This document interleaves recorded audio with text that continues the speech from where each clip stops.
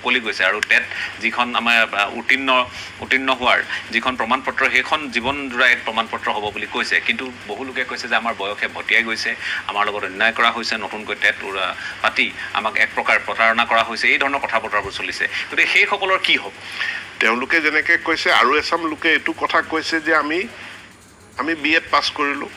আমি DLEd পাছ কৰিলোঁ কিন্তু তাৰ পাছতো আমি এই চাকৰিকেইটাত আবেদন কৰিব নোৱাৰিম কাৰণ যদি টেট পৰীক্ষা অনুষ্ঠিত নহয় গতিকে যদি টেট পৰীক্ষা অনুষ্ঠিত নহয় তেনেহ'লে আমাক বঞ্চিত কৰা হ'ব যে আমি BEd পাছ কৰিলোঁ DLEd পাছ কৰিলোঁ তথাপিতো আমি চাকৰিটোত আবেদন কৰিব নোৱাৰোঁ কাৰণ আমি টেট পৰীক্ষা পাছ কৰা নাই কিন্তু চৰকাৰেতো 2020ত টেট পৰীক্ষা নাপাতিলে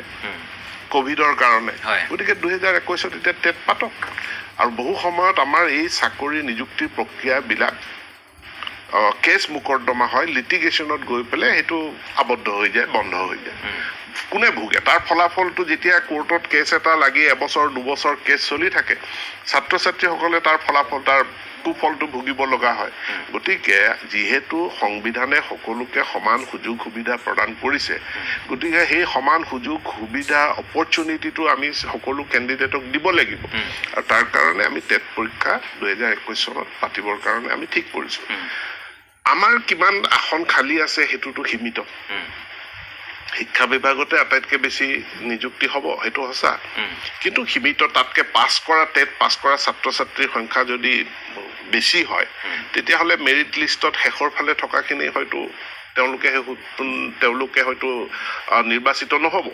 সেইটো এটা বেলেগ সমস্যা কিন্তু একেটা সময়তে আমি এইটোও চাব লাগিব যে আমাক বেষ্ট আজিৰ শিক্ষক নিযুক্তিৰ প্ৰক্ৰিয়াটো সম্পূৰ্ণৰূপে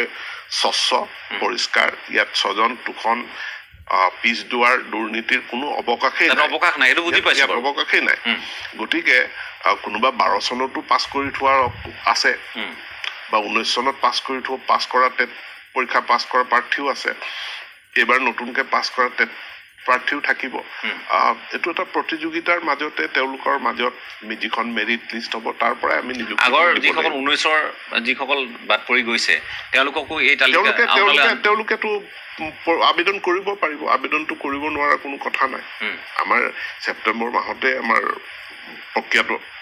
আৰম্ভ হৈয়ে যাব গতিকে তেওঁলোকে আবেদন কৰিব পাৰিব আৰু বাকী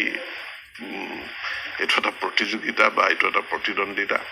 আৰু আগতে যিসকলে টেট পাছ কৰি থৈছে তেওঁলোকে আকৌ টেট দিব পাৰিব কোনোবাই যদি 12 চনত টেট পাছ কৰিছে 19ত পাছ কৰিছে তেওঁৰ স্ক'ৰটো ভাল নহয় এইবাৰ স্ক'ৰটো ইম্প্ৰুভ কৰিবৰ কাৰণেও তেওঁ টেট পৰীক্ষাটো দিব পাৰিব